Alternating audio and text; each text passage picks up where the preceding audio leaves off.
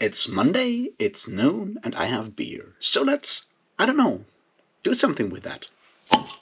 Cheers.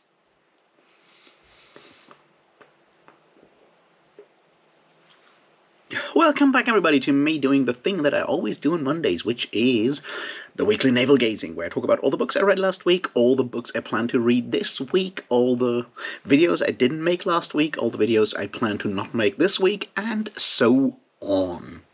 And as usual, we'll start with the books I read, because those were actually books and not just one book. See, I did finish the wonder, or well, not so much wonder, that is The Dragonbone Chair by Tad Williams on my reread, and I did start The Stone of Farewell, which is the second book in the first Memory, Sorrow, Thorn trilogy, in maybe 4 books, that kind of thing. And that's something I read. I also did, in fact, read Making Money by Terry Pratchett, which is fun. I mean, it's a reread for me, and it's still fun.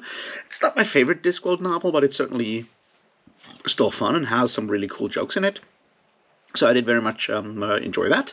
And then I also read The Things They Carried by Tim O'Brien, which is not fun. It's a very powerful book, though, and I really, really appreciated it. But, as I said, it's not exactly what you might call a fun read. But, you should go and read it. It's very brutal, very dark Vietnam fiction, and I think, as such, very important to read in a lot of ways. So I did read those 3 books, yeah, that's more or less all I read last week. I did, as I said, start Stone of Farewell, which I'll definitely finish this week. It's not that long. Well, actually, yeah, it is a pretty long book. But I'll definitely read it and finish it this week. And after that, I'll definitely start To Green Angel Tower. I'll also probably read some stuff by Charlotte Perkins Gilman. She's most famous for, I guess, The Yellow Wallpaper, which is a very important feminist short story that, it's a bit dark. It's about trauma. It's about all kinds of dark themes and topics. But it's a classic. So I'm going to reread that one, and I'll also read the novel Herland, which I'm looking forward to, and another short story which is called The Crux. So I'll do some feminist 19th and early 20th century reading, because I do really love fun, I guess.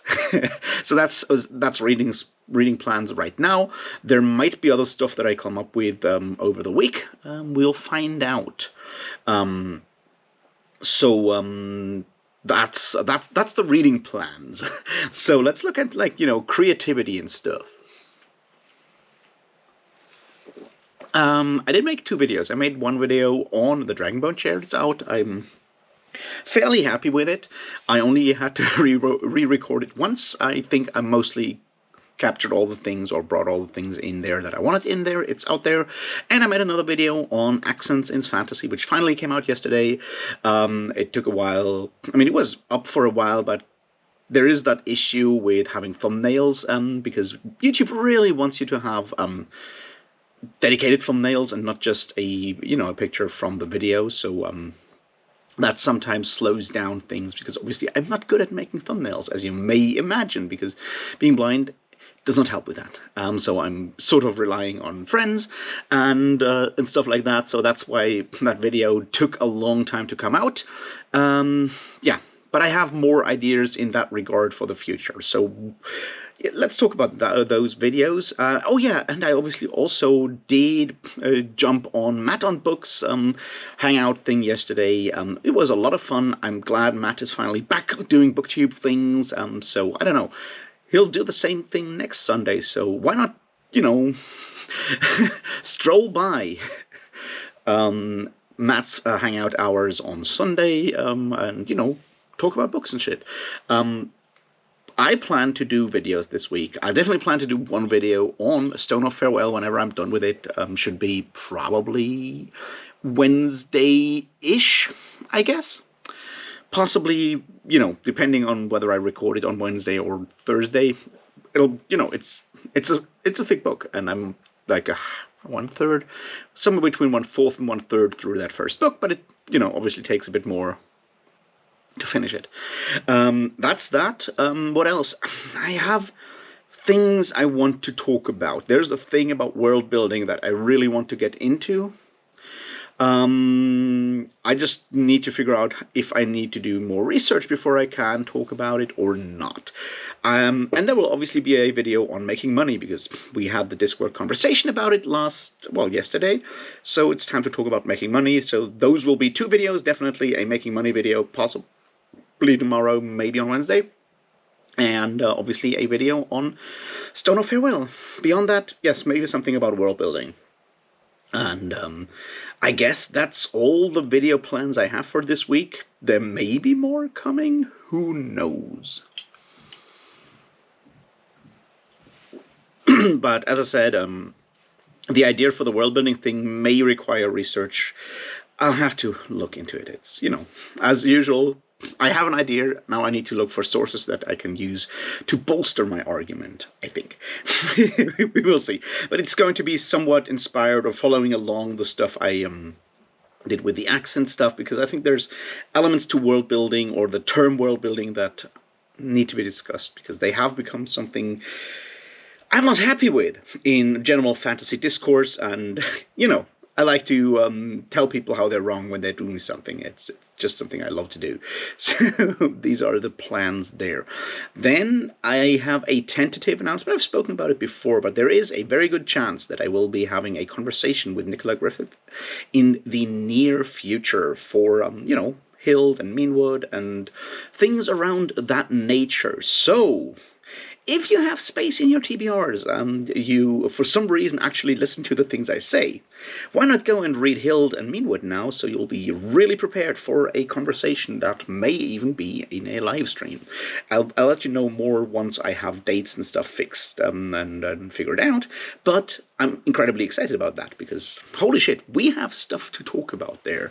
And if you feel like rereading a lot of early British history or early medieval British history, now's the time. And these are vague plans for the future. Beyond that,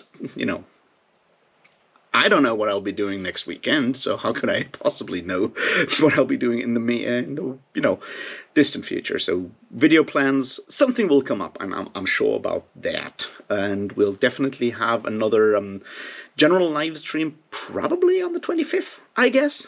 That's the plan for now, the 25th of November, for the monthly thing, which will probably also sort of mark my 3 fucking years on BookTube. Insane. Can't believe it. But that's sort of where we are right now with video plans and so forth. And I think that's kind of sort of the problem right now, is that we're nearing the end of the year, and for a lot of stuff, end of year stuff is usually making some tags. I'm obviously not good with doing tags. Doing some wrap-ups, doing all these kind of things. There's not that many new books coming out in the end of the year, same as, for music. There's not that many records coming out in December or even like late November. It's time to, hit that like a special edition, best of whatever market to sell people shit they can give away as presents during the holiday season, which kind of makes it more difficult for me to come up with topics and themes to talk about for some reason. There's this like weird feeling that sort of like I've been stressing all year, not necessarily knowing what I want to do, but certainly I feel that pressure, and suddenly there's this like weird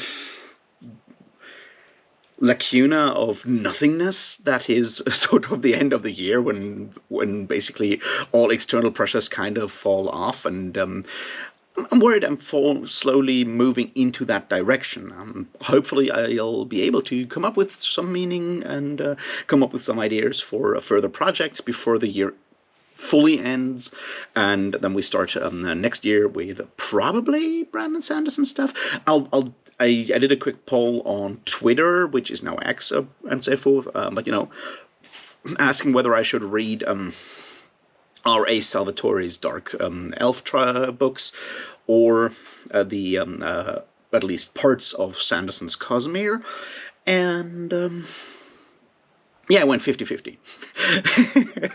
8 people voted, which is, tells you exactly how many people follow my very few tweets or whatever they are now. Anyway, so I'll do that on the community tab. No idea whether I'll actually follow your advice there, but I'd just like to see whether you think I should, focus on Brandon Sanderson's stuff or more on the R.A. Salvatore thing. Both of these are interesting for different reasons, I believe. And the Sanderson thing will happen sooner or later, no matter what, because, yeah, someone needs to talk about Sanderson, and no one does for reasons, or at least not in a critical manner. Yeah, I don't know, beyond that, my life's still a mess, is obviously the point here. But once I'm done filming with this, I will start to make new mead, because I finally got new honey. So I'll make new mead, probably with some peach juice in there as well, to give it a slight peachy taste. We will see if that works well. I'm experimenting here, but I'll have like 30 liters of the stuff afterwards. So there's that. I'll keep you posted on the mead front as soon as it's actually all put together and slowly fermenting or brewing or whatever you want to call it. But yeah, beyond that, I don't know, trying to survive the autumn and trying to come up with things that give meaning to my life, I guess.